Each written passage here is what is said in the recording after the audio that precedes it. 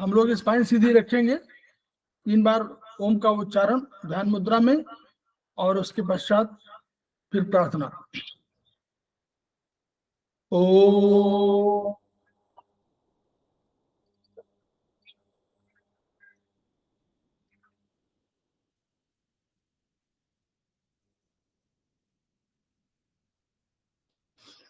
ओ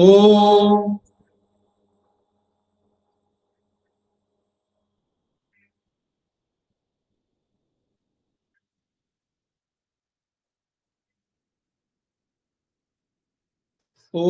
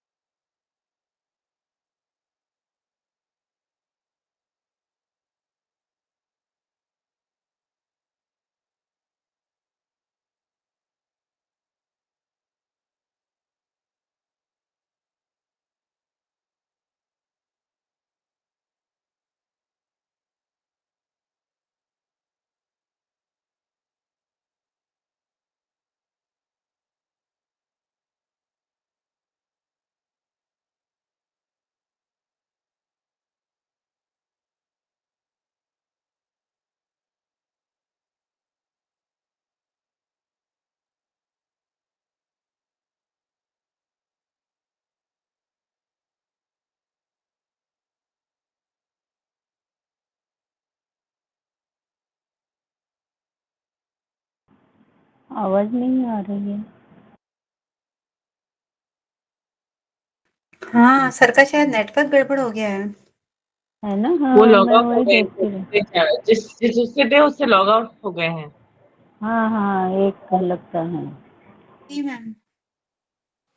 sir का आवाज नहीं आ रहा है। जिससे बात कर रहे थे उसी से लॉग ऑफ हो गए हैं।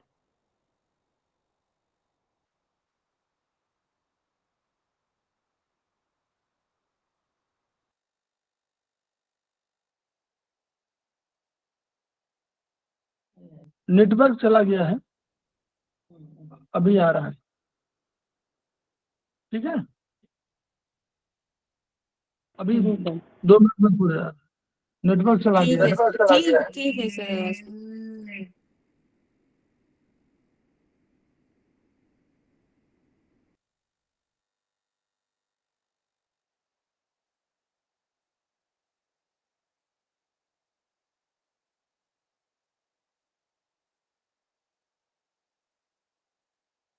आवाज आ रही है? हाँ सर अब आ रही है आवाज।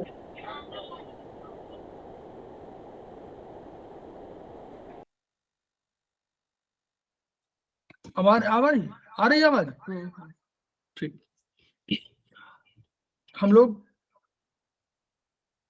समवाई फाउंडेशन के सदस्य हैं और हम आज जो उपस्थित हैं, आप सभी का स्वागत है। हमारे बीच में नीतू जैन जी उपस्थित हैं, जो सेमेस्टर 3 की स्टूडेंट हैं और समवाई फाउंडेशन की प्रमोटर भी हैं, उनका स्वागत है। हमारे बीच में मुन्नी त्रिपाठी जी उपस्थित हैं, जो सेमेस्टर 3 की स्टूडेंट हैं, उनका भी स्वागत है। हमारे बीच में श्रीमती वर्षा श्रीवास्तव उपस्थित हैं, जो समवाई फाउंडेशन की उपाध्यक्ष हैं, उनका स्वागत है। हमारे बीच में देविका रानी जी उपस्थित हैं, जो सेमेस्टर 6 की स्टूडेंट रह चुकी हैं और इस समय हमारी आज की फैकल्टी हैं और वो समवाई फाउंडेशन के प्रमोटर भी हैं। हमारे बीच में बबली सिंह जी उपस्थित हैं जो सेमेस्टर 3 की स्टूडेंट हैं और वो समवाई फाउंडेशन के प्रमोटर भी हैं, उनका स्वागत है। हमारे बीच में पुष्पा तुरे जी उपस्थित हैं जो सेमेस्टर 3 के स्टूडेंट हैं, उनका स्वागत है। हम लोग एक्यूप्रेशर शोध प्रशिक्षण एवं उपचार संस्थान प्रयागराज से संबद्ध है और वहां के 3 मनीषियों के हम ऋणी हैं। वे मनीषी हैं ब्रह्मलीन MP खेमका सर, दूसरे हैं आदरणीय JP अग्रवाल सर जो वर्तमान में एस्पस के अध्यक्ष हैं, और तीसरे एपेक्स बॉडी के chairman Shri SS Saraf sir. इन 3 मनीषियों के अतिरिक्त अन्य गुरुओं से भी हमने शिक्षा ग्रहण किया है, वो चाहे चिकित्सा शिक्षा रही हो और चाहे अन्य शिक्षा, तो उनके भी हम ऋणी हैं। उनके प्रति भी हम आदर व्यक्त करते हैं, सम्मान व्यक्त करते हैं और आभार प्रदर्शित करते हैं। वहां का जो एस्पस का जो मोटो है उसके हिसाब से वहां के मोटो में 3 पॉइंट्स हैं। एक है ईच वन रीच वन, दूसरा है ईच वन ट्रीट वन, और तीसरा है ईच वन टीच वन। यानी हमको सबके पास जाना है, सबको पढ़ाना भी है, सबका ट्रीटमेंट भी करना है और इस रूप से करना है, उनको शिक्षा भी देनी है ताकि वो आगे चल के इस कड़ी में आगे बढ़ सके।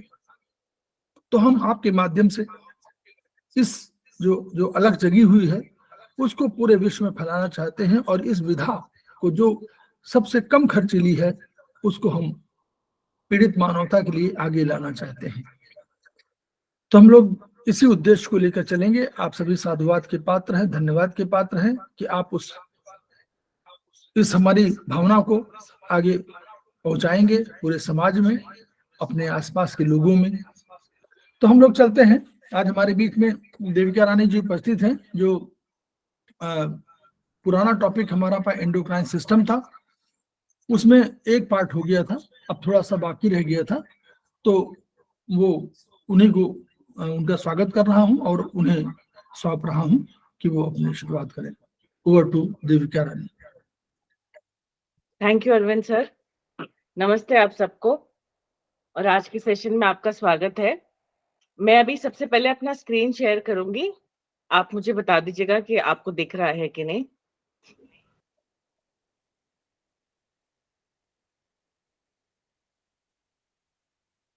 आपको दिख रहा है ये PPT दिख रही है? दिख रही है। Okay, thank you very much. अब आप कृपया करके मैं रिक्वेस्ट करूंगी कि आप सब अपने आप को म्यूट कर लें ताकि सेशन के बीच में कोई डिस्टरबेंस ना आए। Thank you. अब हम पिछली बार हमने एक बहुत इंपॉर्टेंट टॉपिक शुरू किया था, एंडोक्राइन सिस्टम, जो हमने देखा था कि अपने जो प्रोडक्ट है वो आपके बॉडी में ब्लड में डायरेक्टली भेजता है बहुत सारे काम ताकि हो सके, सेल के पास मैसेज जा सके, जो भी सेल हैं जिनको जो काम करना है उसके हिसाब से वो मैसेज पहुंचाता है और बहुत सारे फंक्शंस आपके बॉडी के उस हिसाब से रेगुलेट होते हैं। ये नर्वस सिस्टम के साथ काम करता है और इंडिपेंडेंटली भी काम करता है, स्वतंत्रता भी काम करता है और नर्वस सिस्टम के साथ भी कई बार काम करता है आपके सेक्रीशंस को मेंटेन करने के लिए, बॉडीली फंक्शंस को मेंटेन करने के लिए। और इनके जो सेक्रीशंस है, जो प्रोडक्ट है, उसको हार्मोन्स बोलते हैं, जो एक मैसेंजर की तरह है। जब निकलते हैं तो टारगेट सेल को रीच करते हैं जिनके पास एक होते हैं रिसेप्टर। अगर वो रिसेप्टर ना हो तो आपका मैसेज नहीं पहुंचेगा। अलग अलग सेल में कंपैटिबल रिसेप्टर होते हैं अलग अलग मैसेजेस के लिए, उस हिसाब से उनके पास मैसेज पहुंचता है। फिर हार्मोन्स के टाइप्स हमने देखे थे। लोकल हार्मोन जो लोकली सेक्रेट होता है और लोकल काम भी करता है। जैसे आपका लोकल कोई दुकान हो या लोकल है, आप उसका प्रोडक्ट आपको लोकली मिलता है और लोकल डिमांड को केटर करता है, लोकल चीजों को वो आपकी जो रिक्वायरमेंट है उसको देखता है। फिर हुआ जनरल हार्मोन, जो 2 तरीके के हैं। एक वो है जो आपके ट्रॉपिक हार्मोन है। अब ये जो है ये होते हैं सेक्रीट एक और दूसरी जगह पे। जैसे आपका एक कंपनी में हेडक्वार्टर होता है, वहां से मैसेज निकलता है और फिर दूसरी जगह पे उनके ग्लैंड को बोलता है कि भाई आप ये निकालिए, उनको वो ऑर्डर देता है या उनको वो मैसेज देता है। फिर उस हिसाब से वो जो ग्लैंड है अपने हार्मोन्स निकालते हैं पर्टिकुलर फंक्शन को पूर्ण करने के लिए। फिर हमने देखा ट्रू हार्मोन्स होते हैं जो एक जगह निकलते हैं पर उनके एक पर्टिकुलर जगह निकलते हैं पर उनका इफेक्ट पूरी बॉडी में होता है। अब ये हमने एंडोक्राइन ग्लैंड्स देखे थे बॉडी में, और लास्ट टाइम हमने थायमस ग्लैंड तक पढ़ा था पूरा। एक बार फिर देख लीजिए एंडोक्राइन ग्लैंड्स आपके कहाँ कहाँ स्थित है बॉडी में, इनके प्लेसमेंट के हिसाब से हम यहाँ पे पढ़ रहे हैं। फिर हमने देखा था हार्मोन्स कैसे काम करते हैं। फिर हमने पीनल शुरू किया था, पीनल ग्लैंड से हमने बोला था ये मेलेटोनिन सेक्रीट करता है, पर इसका ज्यादा फंक्शंस अभी पता नहीं है। एक फिर हाइपोथैलेमस मेन चीज है जो मास्टर है एंडोक्राइन, पूरा जो आपका एंडोक्राइन सिस्टम है वो इसका मास्टर है। पिट्यूटरी ग्लैंड नहीं है, पहले हम सोचते थे पिट्यूटरी है पर बाद में पता चला ये हाइपोथैलेमस है। हाइपोथैलेमस पिट्यूटरी को भी वो देता है, अपना मैसेज पहुंचाता है कि भाई आप ये सेक्रेट करिए, तो पिट्यूटरी फिर सेक्रेट करता है अपने हार्मोन्स। तो ये है मास्टर हार्मोन जो है पूरे हार्मोन सिस्टम का आपका जो रेगुलेट करता है। ये उसके जो हार्मोन्स निकलते हैं। फिर मेन पिट्यूटरी ग्लैंड का हमने देखा था 2 लोब होते हैं इसके, एंटीरियर लोब और पोस्टीरियर लोब। ज्यादातर हार्मोन आपके एंटीरियर लोब से निकलते हैं और ये कंप्राइज करता है 80% ऑफ पिट्यूटरी ग्लैंड और पोस्टीरियर लोब 20%। फिर हमने पढ़े थे जो सबसे पहले एंटीरियर पिट्यूटरी के जो हार्मोन सेक्रेट होते हैं, फर्स्ट है ग्रोथ हार्मोन, उसके क्या फंक्शन थे, उसके डिसऑर्डर्स क्या है। फिर prolactin, luteinizing hormone, melanocyte stimulating hormone, adrenocorticotropic hormone, follicle stimulating hormone और थायराइड स्टिमुलेटिंग हार्मोन। ये आपके हो गए एंटीरियर पिट्यूटरी। फिर पोस्टीरियर पिट्यूटरी के ये हार्मोन है एंटी डाययूरेटिक हार्मोन जिसको वासोप्रेसिन भी बोलते हैं, और ऑक्साइटोसिन। तो ये 2 हार्मोन है, ये जरूर याद रखिएगा पोस्टीरियर पिट्यूटरी के, क्योंकि ये 2 ही हैं, कई बार पूछे जाते हैं। और उनके हाइपर पिट्यूटरिज्म और हाइपोपिट्यूटरिज्म के क्या इफेक्ट्स हो सकते हैं, जब लेस सेक्रीशन हो या ज्यादा सेक्रीशन हो तो क्या इफेक्ट हो सकता है। फिर हमने थायराइड ग्लैंड के बारे में पढ़ा, उसके सेक्रीशंस के बारे में, थायरोक्सिन एंड थायरोकैल्सिटोनिन, उसके इनके फंक्शंस के बारे में और इनके डिसऑर्डर्स के बारे में। फिर पैराथायरॉइड ग्लैंड के बारे में पढ़ा हमने, कहाँ स्थित है।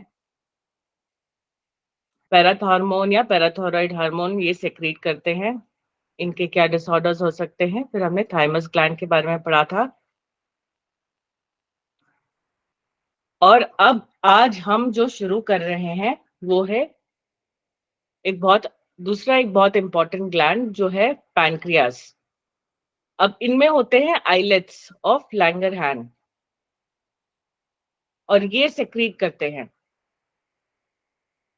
जो आपका हार्मोन्स है। आइलेट्स ऑफ लैंगरहैन ये इररेगुलर शेप है, इनका कोई रेगुलर शेप नहीं है, छोटे छोटे पैचेस हैं एंडोक्राइन टिश्यू, ये विद इन द पैनक्रियाज होते हैं। एक नॉर्मल ह्यूमन पैनक्रिया में करीब 1 मिलियन आइलेट्स जैसे एक आइलैंड जैसा होता है वैसे है, इसलिए आइलेट्स ऑफ लैंगरहैन है। इनके 4 डिस्टिंक्ट सेल होते हैं, जिसके आउट ऑफ विच 3 है, जिसमें से alpha, beta and delta important hormone produce करते हैं। और ये 3 हार्मोन प्रोड्यूस करते हैं। फर्स्ट है इंसुलिन, ये एक हाइपोग्लाइसेमिक एजेंट है। ये वो है जो बॉडी टिश्यूज को हेल्प करता है ब्लड ग्लूकोज को यूटिलाइज करने में। इसके मैसेज से जो ब्लड से है बॉडी सेल्स, ब्लड से निकल के ग्लूकोज बॉडी सेल्स में जाता है उनके एनर्जी प्रोड्यूस करने के लिए, यूटिलाइजेशन के लिए। फिर आपका ग्लूकागॉन है, ये हाइपरग्लाइसेमिक एजेंट है, ये उसका इंसुलिन से उल्टा फंक्शन है, ये बढ़ाता है concentration of glucose in the blood. तो इसके इफेक्ट से फिर ग्लूकोज ब्लड से नहीं जाएगा सेल में, बढ़ा रहेगा ग्लूकोज लेवल। फिर है स्टोमेटोस्टैटिन, ये एक फाइन एडजस्टमेंट करता है इंसुलिन और ग्लूकागॉन के बीच में। ये थोड़ा कंट्रोल करता है आपका पैनक्रियाटिक हार्मोन्स के रिलीज को, ताकि वो एक बैलेंस मेंटेन रहे। और जैसे इंसुलिन है आपका, ग्लूकागॉन है, गैस्ट्रिन है, पैनक्रियाटिक एंजाइम्स वगैरह का भी ये एक बहुत फाइन एडजस्टमेंट इसके वजह से मेंटेन होता है, इनके रिलीज से। अब ये देखिए, अब ये अल्फा सेल है, ये ग्लूकागॉन सेक्रेट करते हैं, बीटा सेल है ये इधर है, ये सब बीटा सेल है, ये इंसुलिन सेक्रेट करते हैं। और आपके डेल्टा सेल आप देखेंगे इधर, ये सोमैटोस्टैटिन सेक्रेट करते हैं। ये आपके ऐसे होते हैं ये सेल्स पैनक्रियाज में, ये आपके पैनक्रियाज है, उसमें ये आइलेट्स होते हैं, आइलेट्स ऑफ लैंगरहैंस, जिनमें ये सेल्स होते हैं जो ये हार्मोन सेक्रेट करते हैं।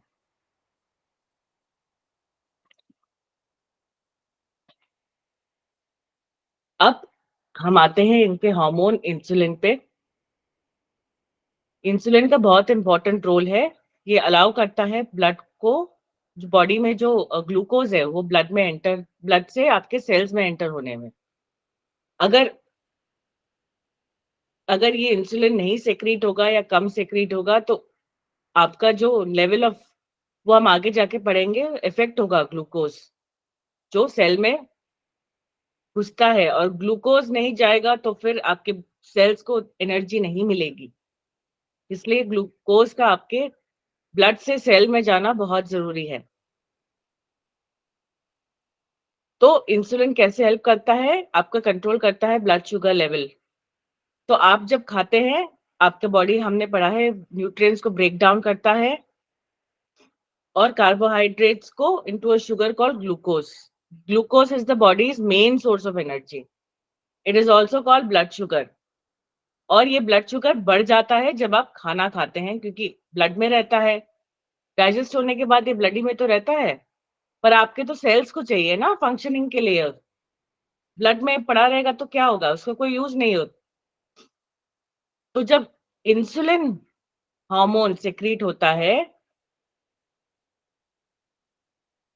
तब ये जो ब्लड में जो ग्लूकोज है वो सेल के अंदर जा पाता है उसके यूटिलाइजेशन के लिए।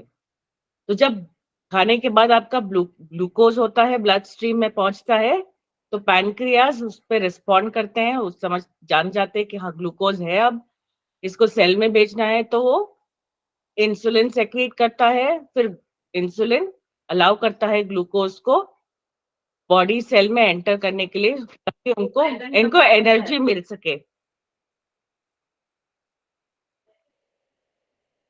फिर ये हेल्प करता है to store extra glucose for energy. अब जैसे हमने पहले भी पढ़ा कि आप जब खाते हैं तो ब्लड ग्लूकोज लेवल हाई होगा, तो जो एक्स्ट्रा रह जाता है एब्जॉर्ब होने के बाद सेल्स में, वो लिवर में स्टोर होता है। ये स्टोर होता है ग्लाइकोजन के फॉर्म में। तो कभी कभार इन बिटवीन मील्स जो होते हैं आपके, इंसुलिन लेवल्स अगर लो हो जाते हैं, उस टाइम पे जो लिवर होता है वो उस ग्लाइकोजन को रिलीज करता है in the form of glucose, तो आपका ब्लड शुगर लेवल मेंटेन रहता है। फिर है ग्लूकागॉन। अब हमने पढ़ा था ये इसका ऑपोजिट फंक्शन है इंसुलिन से। ये एक हार्मोन है जो इन्वॉल्व होता है कंट्रोल करने को ब्लड ग्लूकोज शुगर जो है आपका लेवल्स। ये प्रोड्यूस होता है अल्फा सेल से, found in the islets of Langerhans and the pancreas, from where it is released into the blood stream. ये जो ग्लूकागॉन सेक्रीटिंग अल्फा सेल्स है, ये सराउंड करते हैं इंसुलिन सेक्रीटिंग बीटा सेल्स को, जो इनका एक क्लोज रिलेशनशिप को दिखाता है, जैसे हमने अभी देखा इस चीज को। ये अल्फा सेल है, इसके इधर सराउंड करता है बीटा सेल को, इंसुलिन प्रोड्यूसिंग बीटा सेल।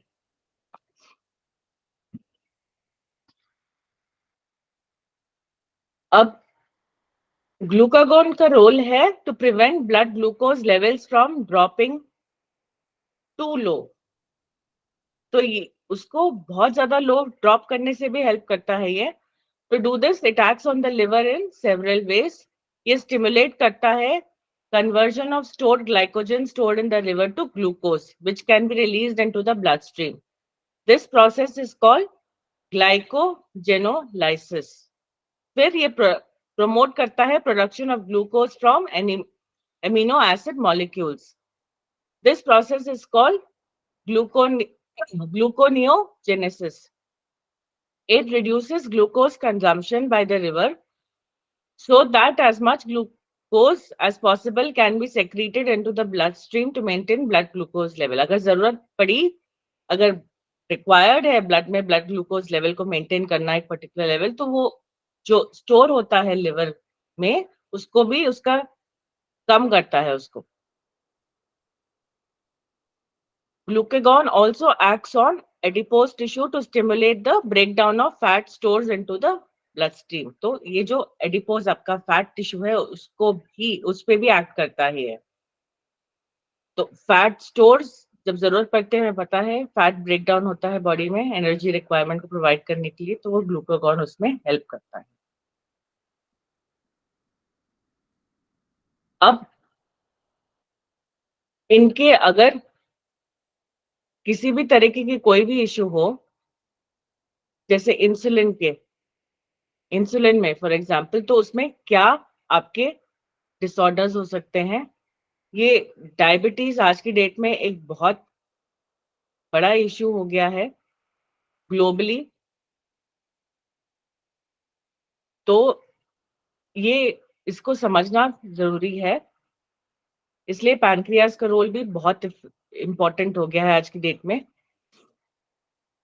कि वो कैसे सेक्रेट करता है, क्या सेक्रेट करता है, और इंसुलिन का क्या रोल है, ग्लूकागॉन का क्या रोल है, ये सब समझना बहुत जरूरी हो गया है। क्योंकि डायबिटीज एक डिसऑर्डर है जो, और हाइपोग्लाइसीमिया, दो ऐसी चीजें हैं जो बहुत पाई जाती हैं आज की डेट में। अब अगर इंसुलिन इनसफिशिएंसी हो या इनइफेक्टिव हो, तो वो प्रिवेंट, मतलब सही मात्रा में नहीं निकले, या अगर उतना इफेक्टिव ना हो, तो वो प्रिवेंट करता है sugar from leaving the blood and entering the blood cells where it normally is used to produce energy. Insulin चाहिए आपके जो ब्लड में जो ग्लूकोज है उसको सेल में एंटर करने के लिए। अगर ये कम होगा या इनइफेक्टिव होगा तो नहीं होगा ना, फिर बॉडी सेल्स को नहीं मिलेगा ग्लूकोज एनर्जी प्रोड्यूस करने के लिए। ये this leads to diabetes mellitus. अब ये दो टाइप के डायबिटीज होते हैं। टाइप 1 डायबिटीज या इंसुलिन डिपेंडेंट डायबिटीज में ये बीटा सेल्स जो है, islet cells of the pancreas, किसी भी वजह से डिस्ट्रॉय हो जाते हैं and complete deficiency of insulin होती है बॉडी में, कम हो जाता है, बिल्कुल डेफिशिएंसी हो जाती है बॉडी में इंसुलिन की। तो पेशेंट्स ऐसे बिल्कुल यूजुअली थिन होते हैं and require frequent injections of insulin to maintain a normal level of glucose in the blood. तो आपने कई लोगों को देखा होगा जो कहते हैं कि हमें इंसुलिन इंजेक्शन लेने हैं, वो इसलिए लेने होते हैं, इस रीजन से, ताकि फिर इंसुलिन मिले उनकी बॉडी को और नॉर्मल ग्लूकोज लेवल हो बॉडी में, सेल्स को भी फिर आपको एनर्जी मिले। अगर नहीं लेंगे तो ब्लड ग्लूकोज लेवल बहुत हाई हो जाएगा, एनर्जी सेल्स को मिलेगा नहीं, तो इसलिए उनको ये जरूरी है इंजेक्शंस लेना। फिर टाइप 2 होता है जो नॉन इंसुलिन डिपेंडेंट डायबिटीज होता है। It's a disease where islets are not destroyed. Islets में सेल्स में कोई प्रॉब्लम नहीं, वो डिस्ट्रॉय नहीं हो रहे हैं, बल्कि डेफिशिएंसी है इंसुलिन सेक्रीशन में विद रेजिस्टेंस। मतलब इंसुलिन सेक्रीशन में भी एक तरीके से डेफिशिएंसी है, कम है, और आपके जो टारगेट टिश्यूज हैं जो आपके सेल्स है वो भी एक तरीके का रेजिस्टेंस दिखा रहे हैं, भाई हम नहीं एक्ट करेंगे, इंसुलिन के मैसेज जो दे रहा है उस पर हम नहीं एक्ट करेंगे। तो अब क्या होगा, अब ब्लड ग्लूकोज लेवल बढ़ेगा, तो ये टाइप 2 डायबिटीज है और आपके सेल्स को एनर्जी भी नहीं मिलेगी। तो इसके सिम्टम्स क्या हो सकते हैं? आपके सिम्टम्स होंगे increase thirst, dry mouth, frequent urination, excess hunger, tiredness, आपका विजन ब्लरी हो जाएगा, ठीक से दिखेगा नहीं, अनइंटेंशनल वेट लॉस वगैरह और भी बहुत सारे हैं जो डायबिटीज टाइप 2 के सिम्टम हैं। फिर है दूसरा hypoglycaemia. It is a condition in which your blood sugar glucose level is lower than the standard range. कई लोग बोलते हैं ना हाँ शुगर लो हो गया, वो हाइपोग्लाइसीमिया है। Hypoglycaemia is often related two diabetes treatment. अगर डायबिटीज का अगर आप ट्रीटमेंट कर रहे हैं तो कभी कभी क्या हो जाता है, अब आपका ग्लूकोज लेवल थोड़ा कम हो जाता है ब्लड में, उस क्योंकि वो आपके डायबिटीज जो आप मेडिसिन या कुछ खा रहे हैं वो एब्जॉर्ब करने में हेल्प कर रहा है, ज्यादा एब्जॉर्ब हो गया है या लिवर में आपका स्टोर हो गया ज्यादा, तो ब्लड में ग्लूकोज लेवल कम हो जाएगा, तो हाइपोग्लाइसीमिया हो गया। तो मेडिसिन या बहुत और भी कंडीशंस कॉज कर सकते हैं लो ब्लड शुगर जिनमें डायबिटीज ना हो, पर हाइपोग्लाइसीमिया मतलब लो ब्लड शुगर। और इसका अब किसी का अचानक से ब्लड शुगर लो हो गया तो आप ये सिम्टम्स देखेंगे, उनमें फास्ट हार्ट बीट है, शेकिंग है, शेक होना शुरू हो जाएंगे, स्वेटिंग शुरू, पसीना आना शुरू हो जाएगा, नर्वसनेस होनी शुरू हो जाएगी, कांपने जैसे लग जाते हैं, एंजाइटी शुरू हो जाती है, चिड़चिड़े हो जाते हैं, कंफ्यूजन सा हो जाता है, चक्कर से जैसे आते हैं, भूख भूख भी लगने लग जाती है। तो ऐसे सिम्टम्स हो जाते हैं।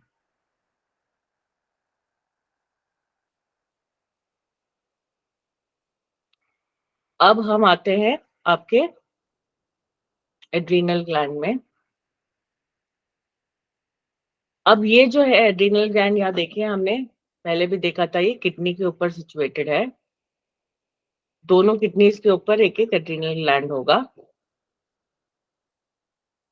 दे develop from 2 types of tissues. ये आउटर पार्ट जो है इसका एड्रीनल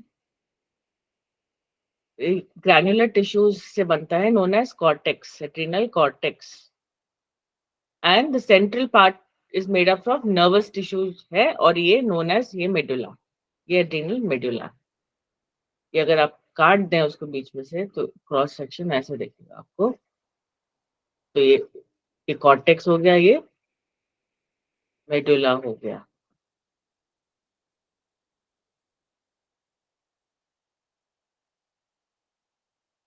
अब जो कॉर्टेक्स से जो आपके हार्मोन सेक्रीट होते हैं वो है एल्डोस्टेरॉन, कॉर्टिसोल और एंड्रोजन यानी सेक्स हार्मोन्स। अब एल्डोस्टेरॉन है वो हार्मोन जो रेगुलेट करता है आपके ब्लड प्रेशर को by managing the levels of sodium, जो सॉल्ट्स है, एंड पोटेशियम आपके ब्लड में, एंड इम्पैक्टिंग ब्लड वॉल्यूम जो है आपका। कॉर्टिसोल ये एक तरीके का ग्लूकोकॉर्टिकॉइड हार्मोन है, एक तरीके का स्टेरॉइड हार्मोन है that your adrenal glands produce and release. Cortisol एक बहुत इंपॉर्टेंट हार्मोन है जो हर ऑर्गन को और टिश्यू को इफेक्ट करता है आपकी बॉडी में। ये रेगुलेट करता है आपकी बॉडी के स्ट्रेस रेस्पॉन्स को, प्रमोट करता है आपका नॉर्मल सेल मेटाबॉलिज्म को, हेल्प करता है सप्रेसिंग टू सप्रेस इन्फ्लेमेशन। मतलब अगर इन्फ्लेमेशन हो रहा है आपकी बॉडी में तो उसको कंट्रोल और उसको हटाने में, ये कर्व करने में इसको हेल्प कर रहा है। ये regulate blood pressure, regulate blood sugar, controlling your sleep wake cycle, ये बहुत इंपॉर्टेंट, ये सारे बॉडीली फंक्शंस को कॉर्टिसोल आपका जो है वो इफेक्ट कर रहा है। फिर एंड्रोजन है, ये ग्रुप ऑफ सेक्स हार्मोन्स है, दे हेल्प स्टार्ट प्यूबर्टी। मतलब प्यूबर्टी का जो अब एज आती है तो उसमें बॉडी डेवलपमेंट में और प्यूबर्टी के सारे उसको, ताकि ठीक से हो, डेवलप हो जो बच्चा है, तो वो उसको स्टार्ट करने में हेल्प करता है और उसके बाद इम्पोर्टेंट रोल प्ले करता है आपके reproductive health and body development को मेंटेन करने में। अब जो एड्रिनल मेडुला हमने देखा था वो नॉर प्रोड्यूस करते हैं दो, ये जो हार्मोन्स है, नॉर एपिनेफ्रॉन और एपिनेफ्रिन नेफ्रिन। अब nor एपिनेफ्रॉन also called noradrenaline is both a neurotransmitter and a hormone, मतलब एक न्यूरोट्रांसमीटर, नर्व ट्रांसमीटर की तरह एंड एक हार्मोन की तरह भी ये काम कर रहा है। It is a substance that is released predominantly from the ends of sympathetic nerve fibers and that acts to increase the force of skeletal muscle contraction and the rate and force of contraction of the heart. तो ये control करता है आपका, increase करता है skeletal muscle के contraction को और rate and force of contraction of the heart. The actions of norepinephrine are vital to the fight or flight response. जहां पे अभी कोई स्ट्रेसफुल सिचुएशन आती है आपकी, जहां पे आपको एक्शन लेना है, तो ये फाइट और फ्लाइट जो रिस्पॉन्स है उसको आपको प्रिपेयर करने में, उसके लिए टू एक्ट इन इट, ये उसको हेल्प करेगा आपको। फिर epinephrine also called adrenaline is a hormone and a neurotransmitter. ये जो है ये रिलीज होता है आपके एड्रिनल ग्लैंड से in response to stress. This action, ये जो रिएक्शन है, ये बहुत सारे चेंजेस कॉज करता है आपकी बॉडी में, नोन एज फाइट और flight response. For example blood pressure increase कर देगा आपका, आपके हार्ट बीट, हार्ट जो रेट है उसकी रेट को इंक्रीज कर देगा, लंग्स को ज्यादा एफिशिएंटली वो करेगा ताकि वो ज्यादा ऑक्सीजन ले सके अंदर। और आपकी जैसे है, आपको कई बार आपने देखा होगा, जैसे मूवीज में या कहीं पे भी आपने देखा होगा, कोई फाइट करता है तो उसको दर्द हो रहा है या जो कुछ भी हो रहा है वो लगा हुआ है पर्सन, उसको कोई मतलब नहीं कि क्या उसको दर्द हो रहा है उस टाइम पे, क्या नहीं हो रहा है। वो क्यों हो रहा है? क्योंकि ये हार्मोन्स रिलीज हो रहे हैं, इस वजह से आपके उस सिचुएशन को रिस्पॉन्ड करने में।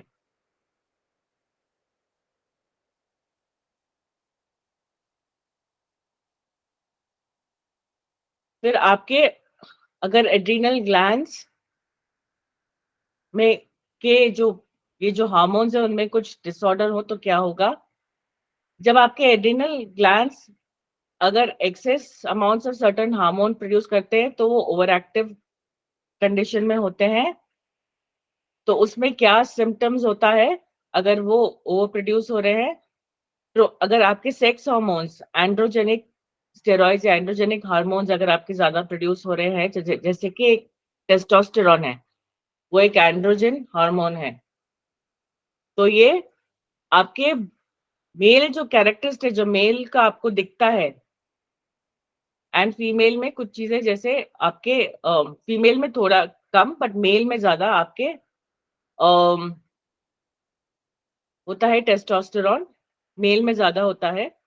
तो अब आपका जैसे फेस में हेयर होता है बॉडी में, फिर बैलनेस, अगर आपकी एक्ने है, डीपर वॉइस है एंड मोर मैस्कुलिनिटी, आपकी मस्कुलैरिटी, और आपका जो विमेन में भी ये आपके कैरेक्टरिस्टिक्स को इफेक्ट करने लग जाता है, जैसे उनकी भी हेयर वगैरह ग्रोथ इम्बैलेंस वगैरह ये जो होता है इसके हार्मोन की वजह से आप कभी कभार देखते हैं फीमेल में भी मेल की तरह बाल या जैसे मुस्टैच है या वैसी चीजें होनी शुरू हो जाती हैं, हेयर डेवलपमेंट होता है। फॉर एग्जाम्पल, एक एग्जाम्पल ऐसा है, बेस में ज्यादा मसल होता है तो मसल डेवलपमेंट भी ज्यादा उस तरीके से। तो आपके ये अगर ओवर प्रोडक्शन हो जाए तो इस तरीके से इफेक्ट होगा। फिर आपके corticosteroid and over production of corticosteroid can lead to Cushing syndrome. अब इसका क्या होगा, जैसे आपका कॉर्टिसोल है वो कॉर्टिकोस्टेरॉइड ही है, स्टेरॉइड हार्मोन है, आपकी बॉडी भी स्टेरॉइड्स प्रोड्यूस करती है, ये हार्मोन्स स्टेरॉइड की तरह काम करते हैं। तो ये कुशिंग डिजीज सिंड्रोम होता है जिसकी वजह से आपका अपीयरेंस, अगर फॉर एग्जांपल कॉर्टिसोल ज्यादा निकलता रहे आपकी बॉडी में ओवर टाइम, तो आपका अपीयरेंस गोल, एकदम रेड फेस, एक नेक के पीछे एक हम्प जैसा एक बढ़ा हुआ हिस्सा बन जाता है on the back of neck, unusual rapid weight gain specially around the belly. उसमें आर्म्स और लेग तो आपके बिल्कुल थिन होंगे, बट ये सब जगह जैसे आपके बेली में, फेस राउंड, नेक के पीछे हम, ये सब चीजें हो जाती है। जैसे कैमल के बॉडी में नहीं होता, एक हम्प होता है पीछे, वैसे नेक के पीछे आपके एक हम्प हो जाता है। तो ये कुशिंग सिंड्रोम में होता है। फिर अगर एल्डोस्टेरोन का ओवर प्रोडक्शन होगा तो वो लीड हो सकता है उसकी वजह से हाई ब्लड प्रेशर और symptoms associated with low level of potassium such as weakness, muscle एक होता है, स्पैज्म आपके, और जैसे आप वो नहीं बोलते ऐठन, मसल एक, स्पैज्म एंड समटाइम्स कभी कभी पैरालिसिस भी हो सकता है।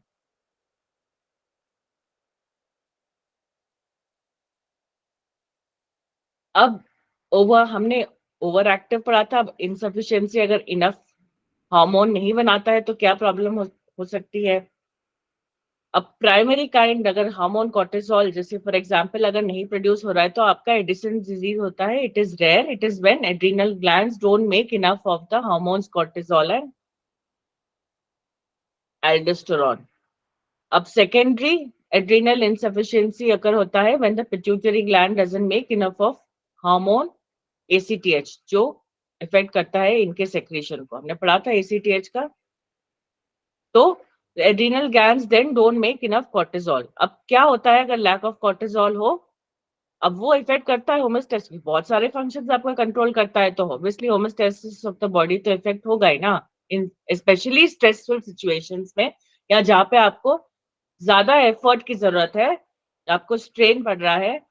तो पहले तो आपको सब कुछ मिल रहा था, आपको ऑक्सीजन मिल रहा था, आपका ब्लड प्रेशर भी हाई हो रहा था, आपका सब कुछ ठीक से हो रहा था आपका, आपकी स्ट्रेसफुल सिचुएशन को हैंडल करने के लिए। अब उल्टा हो रहा है, अब कॉर्टिसोल ही नहीं होता या लैक है उसका, तो आपका क्या होगा, फिर टेम्परेचर में भी हाई और लो, ब्रीदिंग रेट में भी हाई और लो, इससे इफेक्ट होगा, एंजाइटी होगा, कन्वल्जन्स होगा बोन मसल्स में, आपके फटीग होगा, मतलब थकान सी होगी, मॉर्निंग स्लगिशनेस होगा, आप एक्टिव नहीं रहेंगे, तो सुस्ती होगी, लो ब्लड प्रेशर, ये सब चीजें हो सकती हैं आपको, होंगी आपको लैक ऑफ कॉर्टिसोल की वजह से। और स्ट्रेसफुल सिचुएशन में आप अच्छी तरह नहीं, आप उस तरीके से उसको हैंडल कर पाएंगे जैसे आप नॉर्मल कॉर्टिसोल सेक्रेशन में हैंडल कर पाते हैं, अगर लैक होगा उसका तो नहीं हैंडल कर पाएंगे।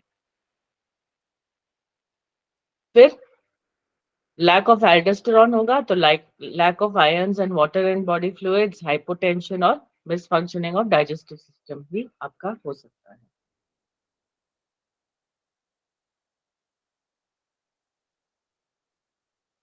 और भी डिसऑर्डर्स हैं, अगर हाइपर एक्टिव ACTH एंड आपके MSH पिट्यूटरी के वजह से अगर उस हिसाब से आपका आ रहा हो तो पिगमेंटेशन ऑन फेस, उसका डार्कनेस हो सकता है, और आपके हैंड्स एंड लेग्स में, फेस में ये डार्कनेस हो सकता है।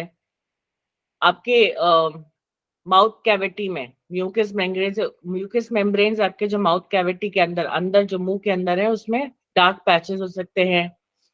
Due to insufficiency of adrenal medulla the tissues of the body become, medulla वाले हार्मोन्स की बात कर रहे हैं हम, tissues of the body become unable to bear emergency and their lifespan becomes less।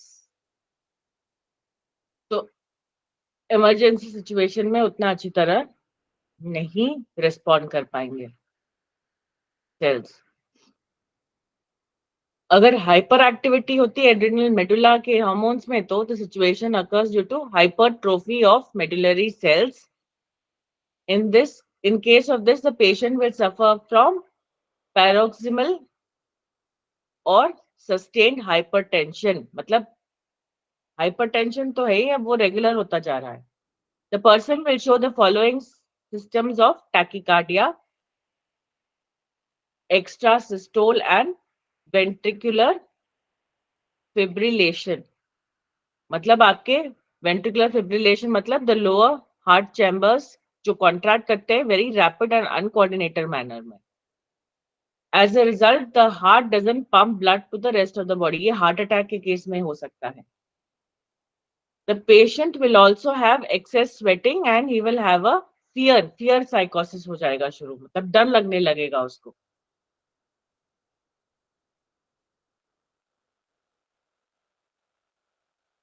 अब हम आते हैं hormones of testis जो मेल में है. The testes are two oval-shaped male reproductive glands that produce sperm and the hormone testosterone and androgenic यानी एक sex hormone है ये. It is synthesized and stored in the interstitial cells of Leydig present in the intratubular space of testis.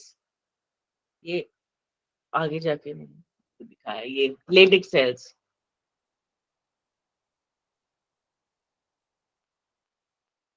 ये tubules के बीच में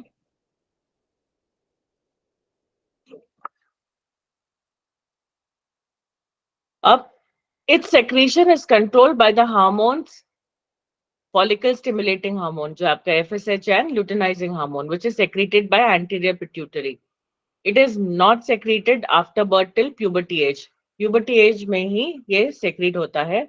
Testosterone is important in the first stages of development of the male reproductive organs in a fetus. फिर जब initially तो ये male reproductive organs को develop होने में हेल्प करता है फीटस में, एक एम्ब्रियो में, जब वो वूम में होता है आपके.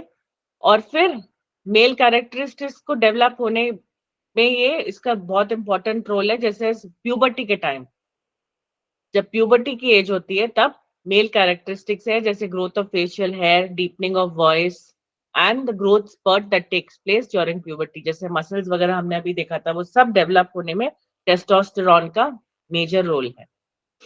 ये अभी हमने देखा Leydig सेल्स.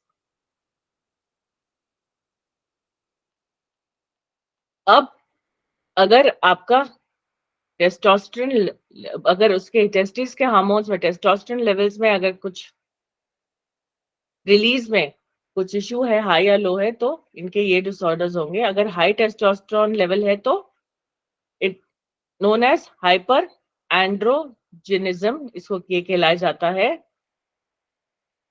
अडल्ट्स में एक थोड़े नोटिसेबल साइंस होते हैं जैसे कि आपका एक्सेस इंक्रीज इन लिबिडो, आपका सेक्सुअल ड्राइव जो है वो ज्यादा हो जाएगा किसी भी मेल में अगर टेस्टोस्टेरोन ज्यादा बढ़ गया, even in female. The risk of complications भी है जैसे लिवर ट्यूमर है, जॉन्डिस है एंड एनलार्ज प्रोस्टेट मेल में अगर ये ज्यादा हो गया. तो अगर आप डेफिशिएंसी हो गया तो ये कहलाता है hypogonadism. And adult male with low testosterone levels may have small testis, मतलब testis का साइज भी स्मॉलर हो गया. enlarged breast जो मेल ब्रेस्ट जिसको कहा जाता है. फिर डिफिकल्टी गेनिंग मसल मास आपका, क्योंकि मसल्स को अभी हमने पढ़ा था ना पहले कि मसल्स को डेवलप होने में आपके मसल मास को मेल में ज्यादा होता है मसल मास. तो उसको वो क्यों होता है? क्योंकि टेस्टोस्टेरोन उनमें होता है प्राइमरीली मेल्स में ज्यादा होता है, तो उनके मसल्स भी ज्यादा, मसल मास भी ज्यादा होता है मेल्स में. फीमेल में तो बहुत कम क्वांटिटी में है. फिर low sperm count, low energy, low libido यानी लो सेक्स ड्राइव जो है आपका, लो सेक्स अर्ज, ऑस्टियोपोरोसिस शुरू हो जाएगा, हॉट फ्लैशेस मेल में भी, and in severe cases anaemia भी हो सकता है. तो जैसे जैसे एक मेल ओल्डर हो जाता है, ओल्ड एज की तरफ बढ़ता है, तो टेस्टोस्टेरोन लेवल्स वैसे भी उनकी टेंडेंसी होती है फॉल करने की, जो ऑटोमेटिकली ये सिम्टम्स लेके आते हैं।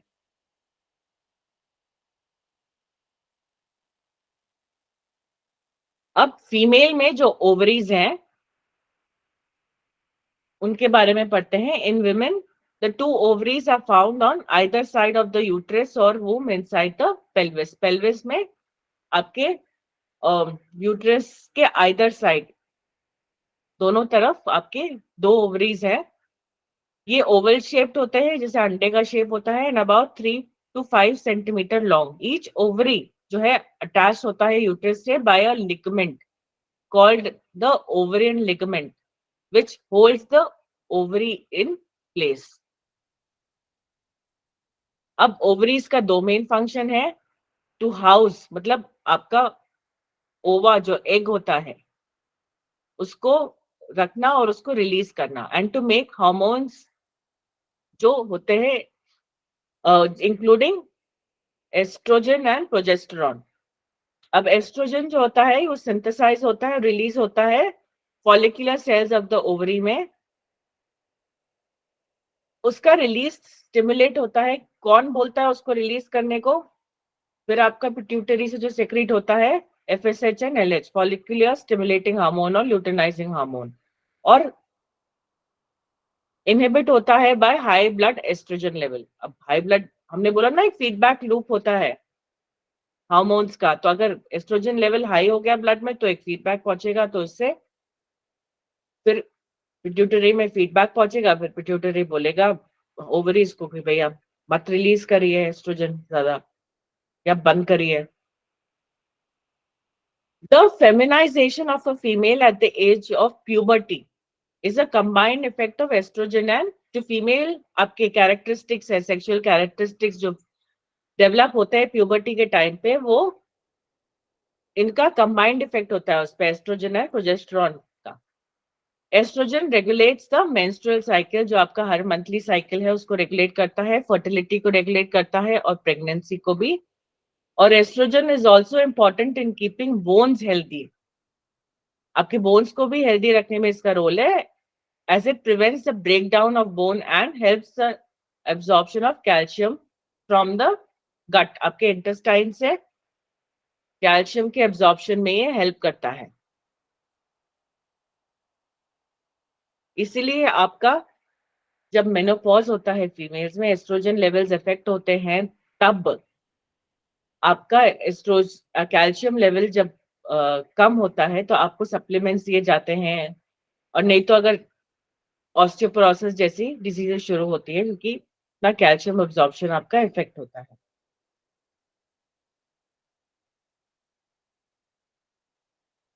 फिर प्रोजेस्टेरॉन, अब ये सेक्रेट होता है कॉर्पस ल्यूटियम से आफ्टर फॉलिकल हैज रप्चर्ड।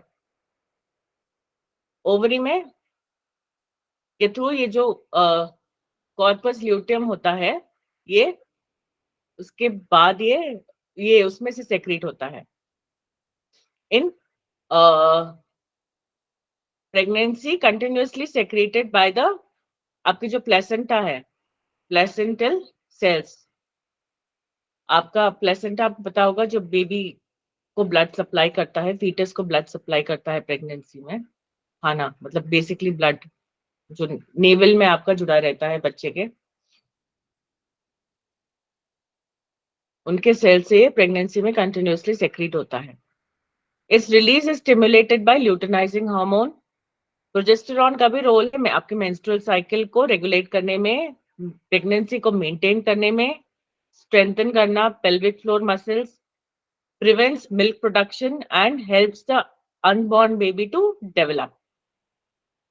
फिर during menstrual cycle में progesterone prepares the uterus womb for pregnancy by thickening the lining of the uterus ready to receive the fertilized egg and supporting the growth of placenta। तो ये preparation में help करता है, जो आपका cycle का जो टाइम है ओव्यूलेशन के बाद, ये हेल्प करता है प्रिपेयर करने के लिए।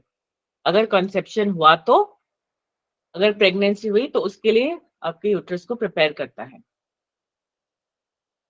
It maintains secretory function around all glands connected to sexual organs.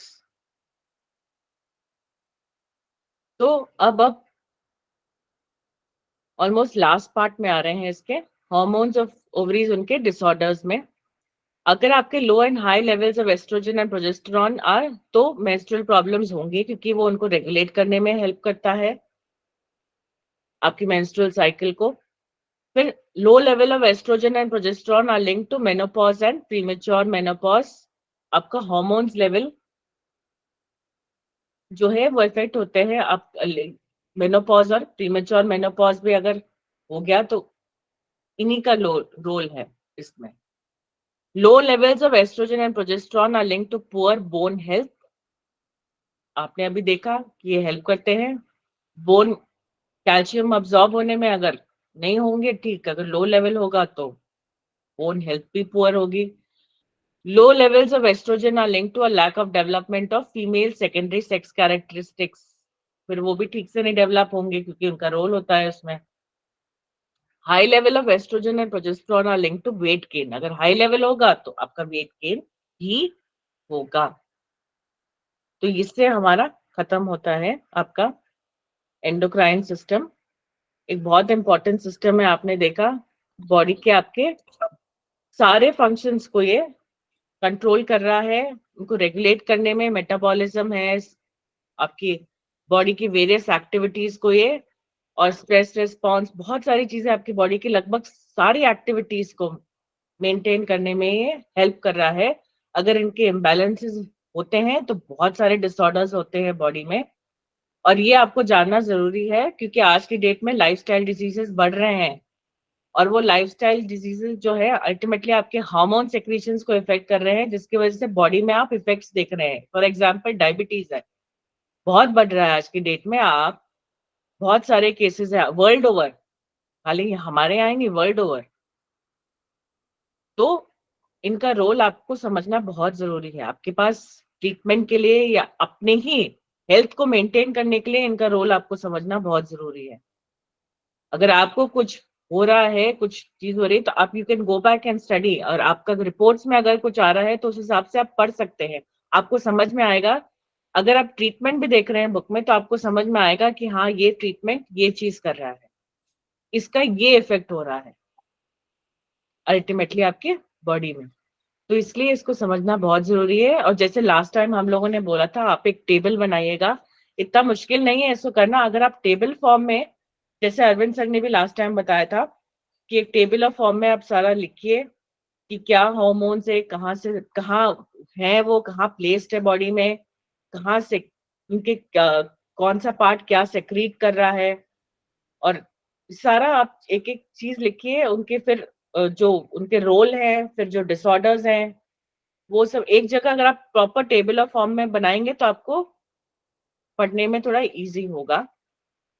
तो वो अपने नोट जरूर बनाइएगा क्योंकि ये बहुत इंपॉर्टेंट इसका एक चैप्टर है आपके हेल्थ होम्योस्टेसिस बॉडी का मेंटेन करने में।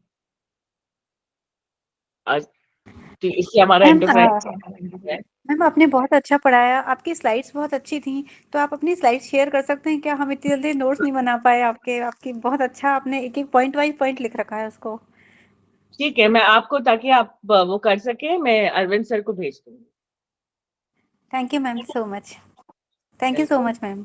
Thank you Devika, thank you ma'am. बहुत बढ़िया रहा। Thank you ma'am. Thank you आप सबको, थैंक यू। हम लोग अभी 2 मिनट के लिए, okay thank you thank you Arvind sir.